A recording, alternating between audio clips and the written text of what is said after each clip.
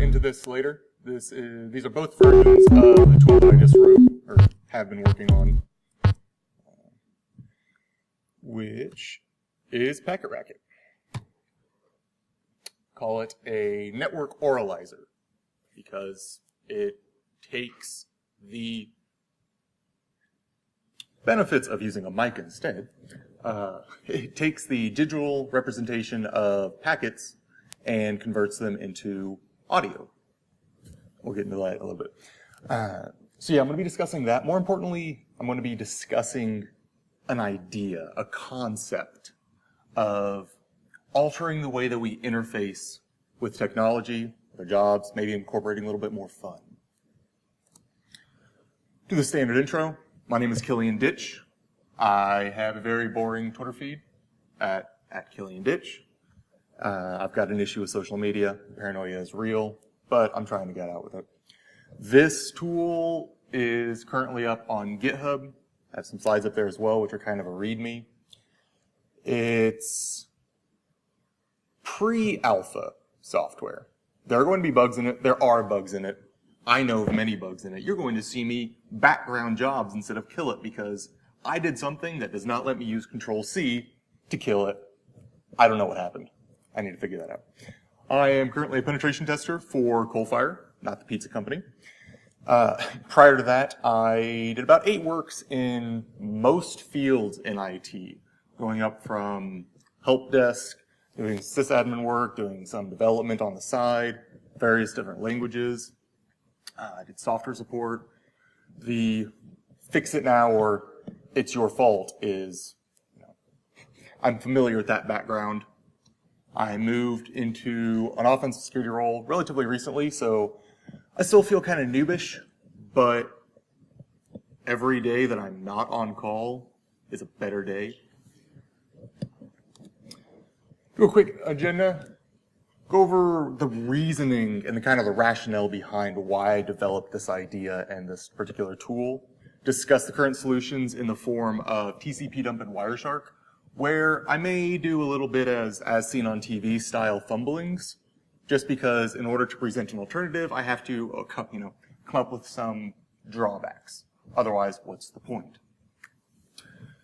After that, we'll then pop over to doing some PcketRquet demos, and probably have time for some Q&A. I'm going to be reducing some of this stuff. So, what is this? This is the first tool that I have exposed because it's a daunting thing. It really is. There is the imposter syndrome that is incredibly real, inferiority complexes.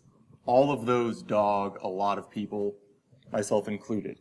The idea of, I don't want to publish this because I know of all the bugs that it has. There are to-do comments riddled throughout it because I know of all the things I want to do. I just haven't really been able to do it yet. But there comes a time whenever just get it out there. And one of the reasons that I want to do this talk is to encourage other people. If I can string up a rubbish script that can actually do something, may not do it well, it may not do it as smoothly, may not do it flawlessly, but it can function, pretty much anybody can as well. And hey, spam it out to BSides, spam it out to any of the CFPs. Get to come to these conferences, talk to cool people. It's a good time. I'm not going to be assuming a very advanced level of networking knowledge, mainly because if you've never seen Wireshark or TCP Dump before, this isn't going to make any sense. If you aren't aware of really networking in of itself, that's not going to make any sense. So I'm going to try to bring everybody up to at least a basic familiarity relatively quickly. And to do that, I'm going to be bouncing between my slides and my VMs. It may or may not go smoothly. We'll see.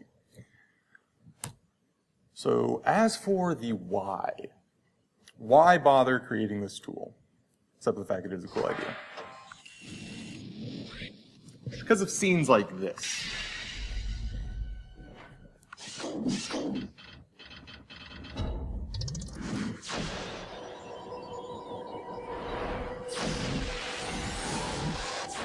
Seeing some recognition there.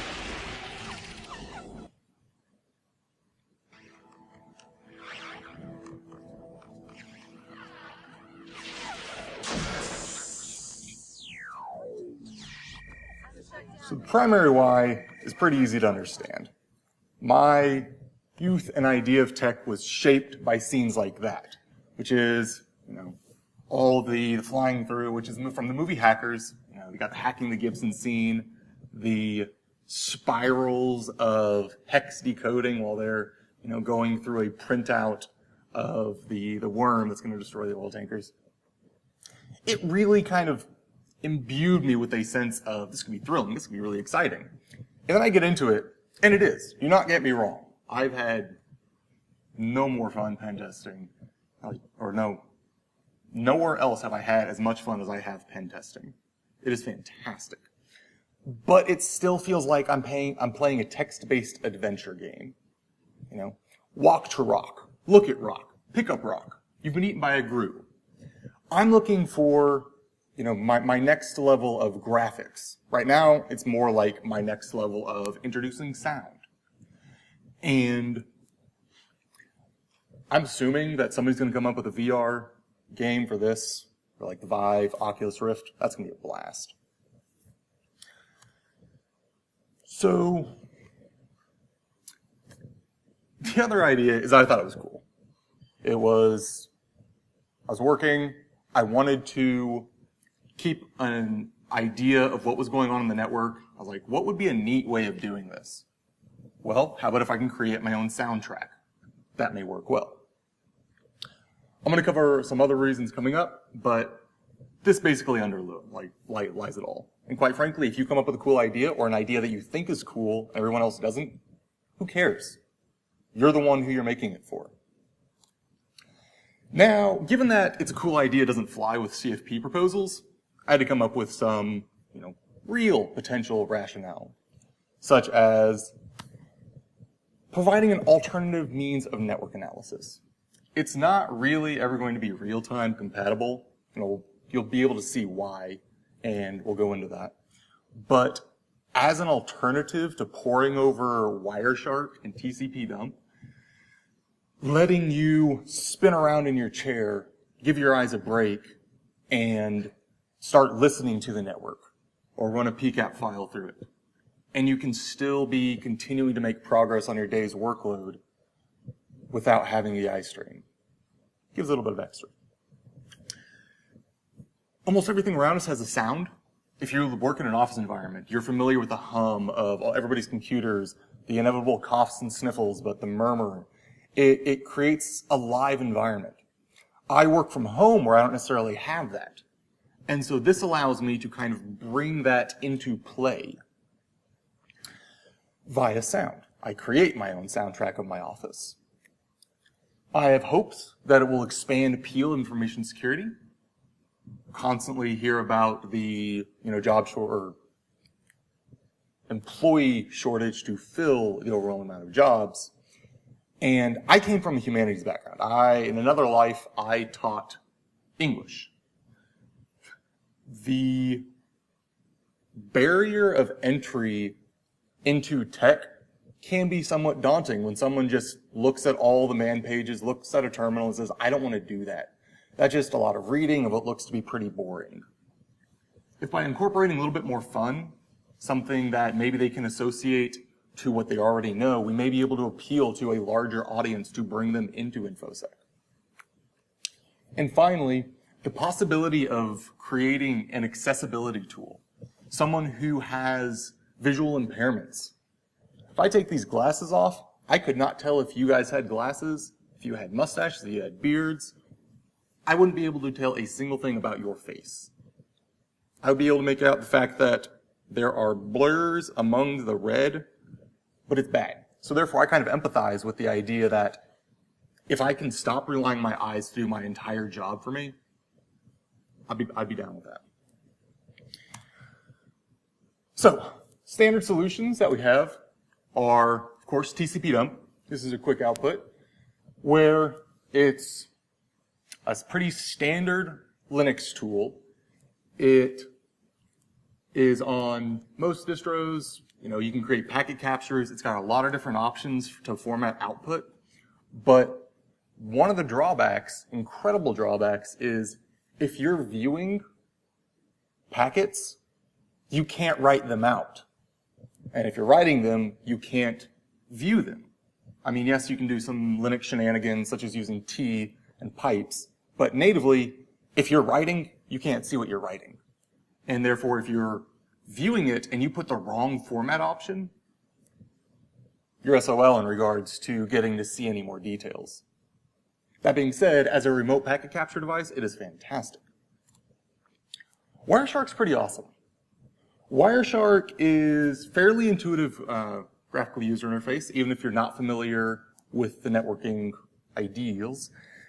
It will help you.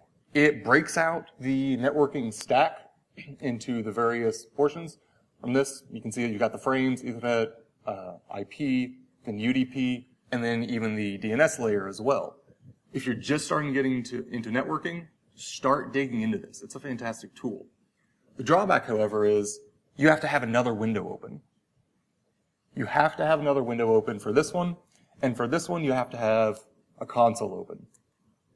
We already have so many windows on our computers. I mean, you've got your most likely probably Outlook inbox, or Thunderbird, or your browser with your Facebook or Reddit or Twitter tabs, and then your Word docs, your Excel spreadsheets. If you've got any dashboards, you're keeping those up. Both of these tools require yet another screen, which isn't necessarily a bad thing, but more importantly, requires more real estate, or alt tabbing between it. And if you aren't watching the packets at the right time, you either have to scroll through it and hope that you see it, or you just miss it completely. My answer to that, as we're going to see, is the idea of sound. Listening to something instead of taking up more screen space. Now, in order to get a little bit more familiarity with these two, let's pop over here.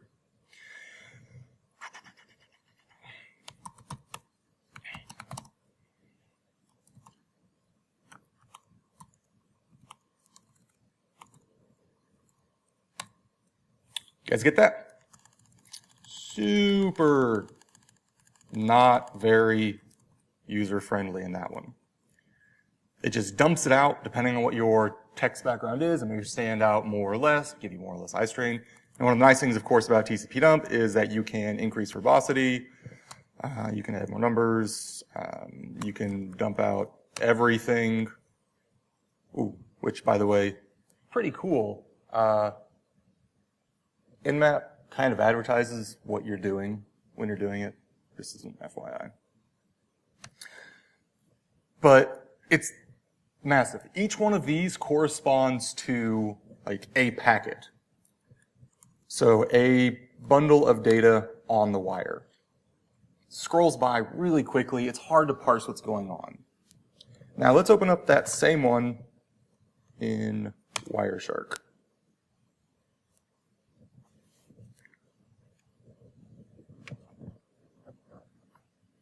Yes, yes. Now one of the problems with Wireshark is it has a much greater exposure surface because it's parsing the protocols on the wire, and therefore it is reading all of this input. And one of the reasons it flashes up the warning of don't run this as root is if somebody manages to send the right sequence of packets and you're looking at them in Wireshark, you're owned. My tool does not solve that problem.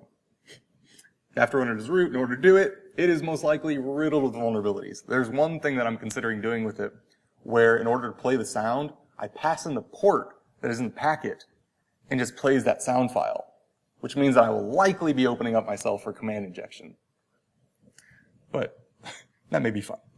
So yeah, what we have here is the Wireshark interface. And as you can see, it handily starts giving you the protocol. It's a lot more easy to read, easy to skim through. And I'm going to pretend like that's not there for my next point. But yeah, there's lots of packets. They may have some color coding, but you can't necessarily know what's going on, especially when they're just streaming through.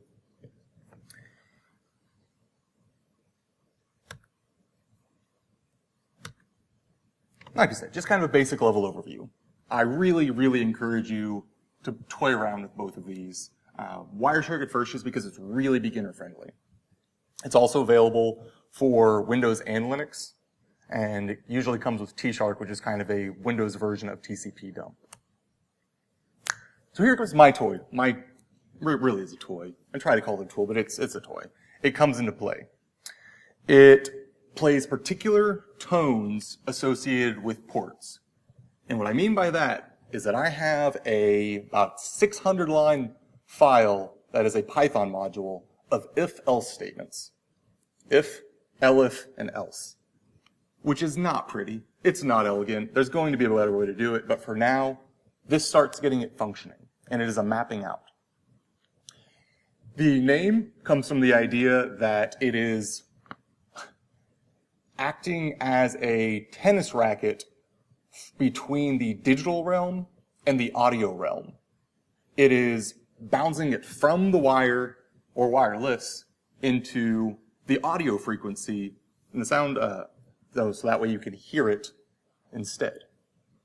Also, right now, it just sounds like a ruckus. It sounds like a racket. The theory of it is, as it shows, if you know what your network normally sounds like, and all of a sudden something starts sounding different, that could give you insight to start looking into what's going on. Maybe you're not always running Wireshark, because all the packets are just streaming across. However, if you're listening to your network, or have created a baseline for what it should be sounding like, so you get your HTTPS, your standard ARP request, your standard DNS requests, and all of a sudden the tone changes, you may want to look into that to see if someone's doing a ping scan on your network, or using NetDiscover to flood out ARP requests to see what else it can see. Now, of course, the one problem with the baseline is if there's anomalies already on the network, you're going to just get used to those, and it will take a little bit of time to get used to the idea that it should be something else. So, either a tester or an analyst would be able to, my apologies for that, would be able to listen to this or use it. An analyst, of course, as we mentioned, listening to the network, doing SOC stuff, defending the network, you're able to keep an ear out for things. As a tester, I am sending packets and network traffic to a service, usually expecting a response back. If I suddenly stop hearing that response, I need to check to see if I crashed it, because otherwise I could end up on night shift. And it happens. If I'm not paying attention to that, it may be a while before I realize that the service isn't responding anymore. By listening to it, as soon as that sound shifts, I get an idea. Again, mention the idea that basically, because each node is mapped out to a different service, you could put this tone as Tor, for instance, and you know that in your corporate environment, nobody should be using Tor. All of a sudden, you start hearing the sounds that correspond to a Tor node or someone using a Tor browser, you may want to start looking into that.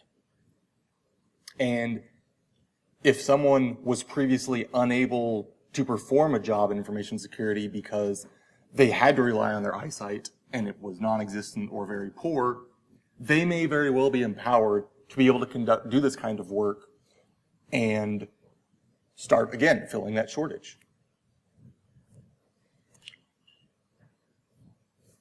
Again, with theory, baseline of sound, if a scan comes in, it should sound a bit different. It will be hitting different ports, say Nmap. Even just the standard Nmap scan doing 1,000 ports. Most of those 1,000 probably aren't in your network on a regular usage. So therefore, a scan comes through, that will likely hit some of them. So, I'm going to have to prove these claims, of course. I've created 2 scripts. One of the biggest issues that I have with Python is telling my buddies, hey, check out this script that I wrote. And they come back and say, was it supposed to just print import module not found? I was like, no. You're going to have to install these 5 other things, at which point they don't want to. So PcketRquet does everything. It creates a limited number of tones, maps them out, and if you have a standard Ubuntu install, which is the one I've tested, Lubuntu is the one that I've been testing it on, but it should work with pretty much anything that has pulse audio and root permissions, or sudo. It will create it, it will then listen on the network, and anything it sees, it will play the sound for. However, my coding skills are not quite good enough to incorporate a PCAP reading feature into it yet. I'm hoping to make that be there, I just have to learn a lot. The second version is what I am dubbing PcketRquet as the full intended use case, where it makes use of Scapy, because it makes my life easier, and it makes the code look a lot better. I'm not having to manually calculate the offsets for the different layers, for instance. However, if someone's already going to be open to the idea of installing requirements, I can go ahead and say, all right, use these sounds instead. Because for BSicsRquet, it just does the math for crafting a bunch of sine waves and writes them out to wave files. With PcketRquet, I'm creating sound samples of approximately 100 milliseconds to 200 milliseconds and playing those. And at that point, we start getting into what admittedly sounds a bit dubsteppy at the moment, but it's getting better. So now, I gave a quick little demo at the beginning, and let's start playing with it more. So the original version was this.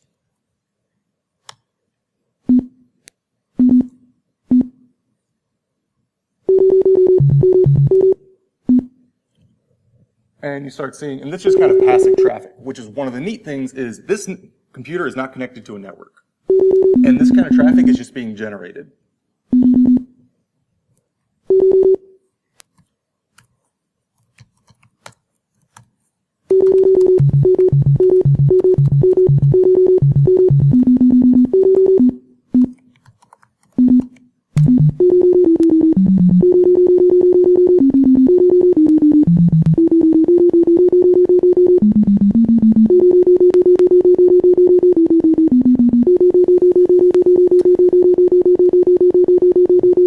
That's about when it starts getting on my nerves, which is one of the reasons why I really found the need to try to come up with better sound samples.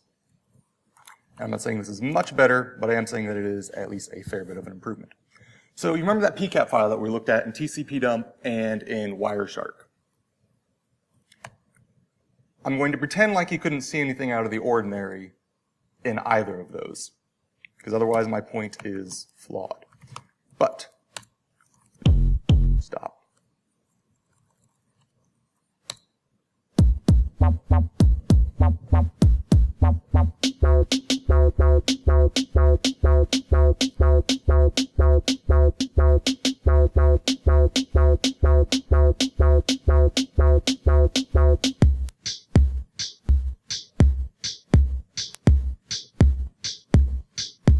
And the idea there is that it was standard HTTP traffic. And then, as you'll note, this is going in sequence. And they're ICMP packets. With that tone change, that tells you that there's something different happening on the network. In this case, it was a ping scan.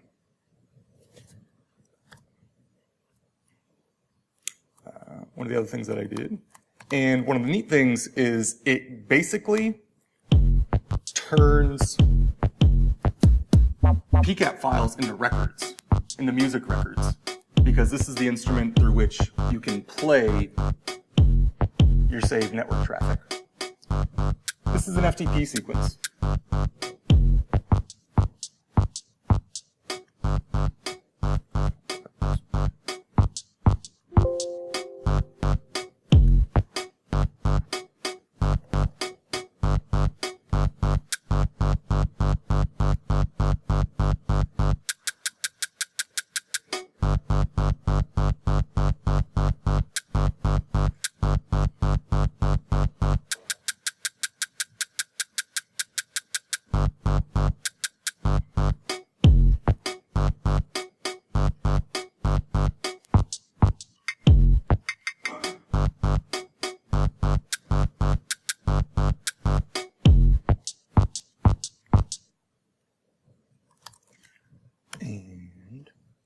So one last thing that I'm going to work with right now is, with that in mind, you can also use different scripting languages to create your own tunes.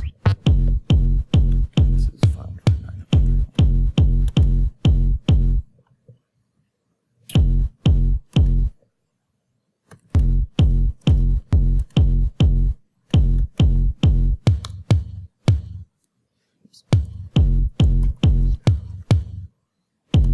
That's done.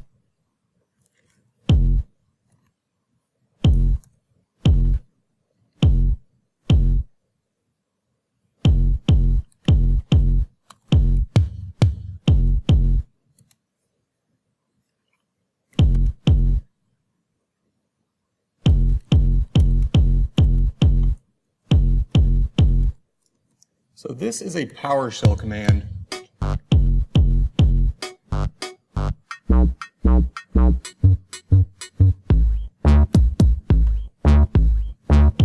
that reaches out and connects to different ports. It's a command I usually use on gigs whenever I've compromised an internal host. I want to see what else it can reach. Without having to route any traffic or pivot anything, I can use this to port scan something just using native PowerShell. In this case, by stringing together an array of packets and just port numbers, I'm able to create a tune. It's not a great tune, but it shows that it's going to be possible. And that's part that excites me. So, I'm gonna have to run through.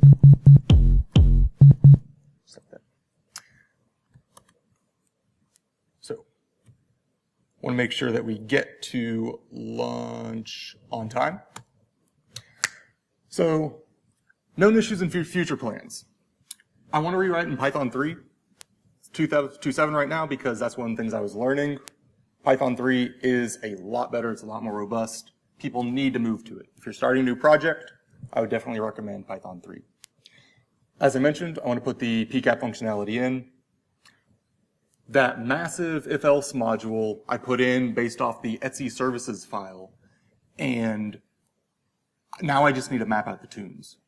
I just need to make sure that my sound files are there, and I want to make sure that someone can just do a git clone from my GitHub and be able to make this work. Because right now the sounds that I'm using come with they're royalty free, but they come with a disclaimer of please don't distribute. And since I'm using them, I want to go ahead and honor that agreement. I want to incorporate an attacking and defending flag, because I feel like the traffic should sound different if I'm attacking versus if I'm defending. I want offensive noises to be offensive, or offensive traffic to be offensive to my ears. Because if I'm defending, I don't want to just hear the background noise, necessarily. I want to hear the stuff that stands out. I want to hear the port scans. I want to hear potential backdoors. If something's going to port 4444, I want to know.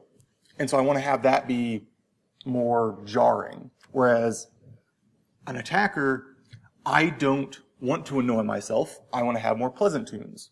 So I need to kind of try to shape that. So the real problem is that this can't scale very well onto a corporate network. When you're running a gigabit line and you are spending 100 to 200 milliseconds representing one packet, you're going to be there all day listening to just the start of the morning, people logging in. So that's an issue that, quite honestly, reveals the fact that it's currently a little bit of a gimmick. But I stand by my point that it's fun.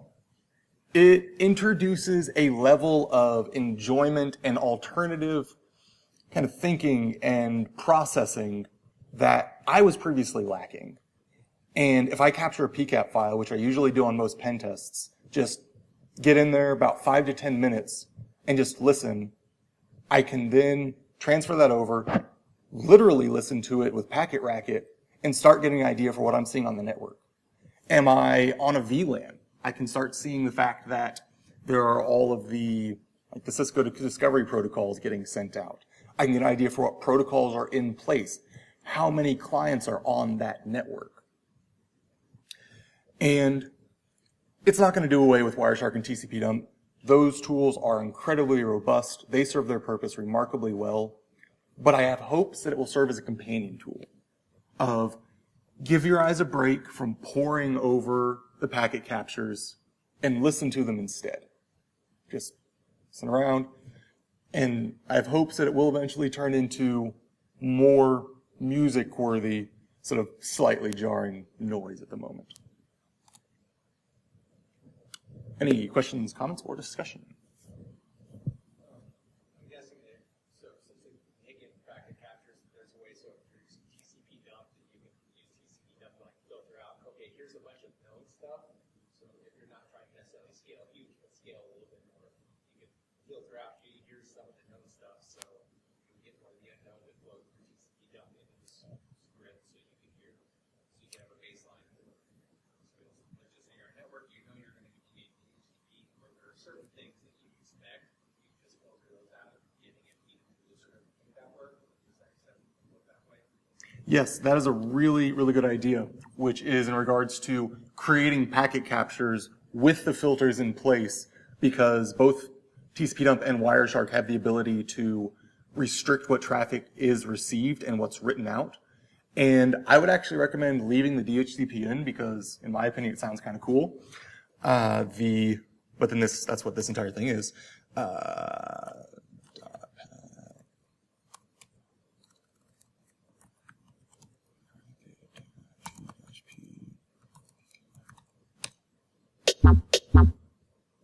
That's really all it is. But it adds a nice touch to the overlying traffic. More along the lines, I would say, filter out maybe HTTPS. Because that is so much the majority of what the network traffic is right now, that any sound you put to it is going to start getting a little bit annoying. And yes, if I could filter out literal gigabits or gigabytes of data that I don't have to parse, I think that that would help a lot. Anything else? Ah.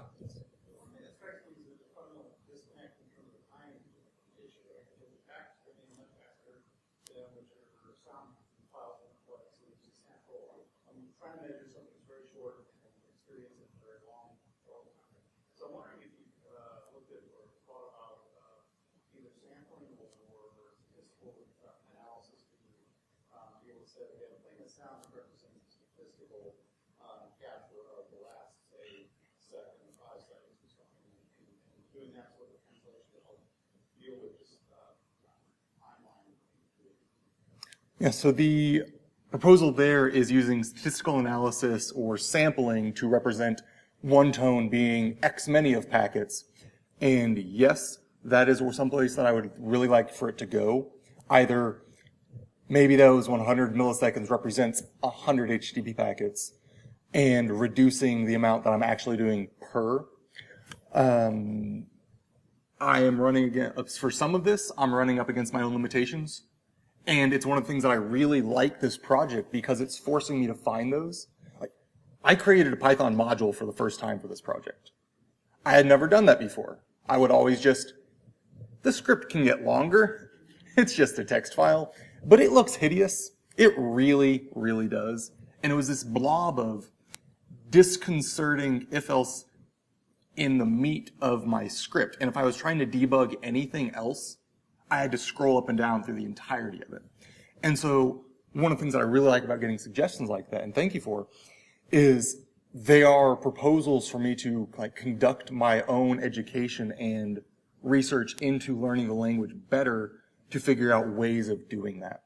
One issue that I'm finding right now is with Scapy, you can do a per packet function. And so I need to figure out a way to implement that sniff where instead of firing it for per packet, it's either on the statistical analysis or if it keep a running tally of have I played that packet? If I have, either wait or delay and just kind of route around it. Anything further? Yes? To NetFlow? Yeah, I mean, I can see some use of this in corporate environment coming off of network gear, off of NetFlow. Obviously, I could necessarily deploy something like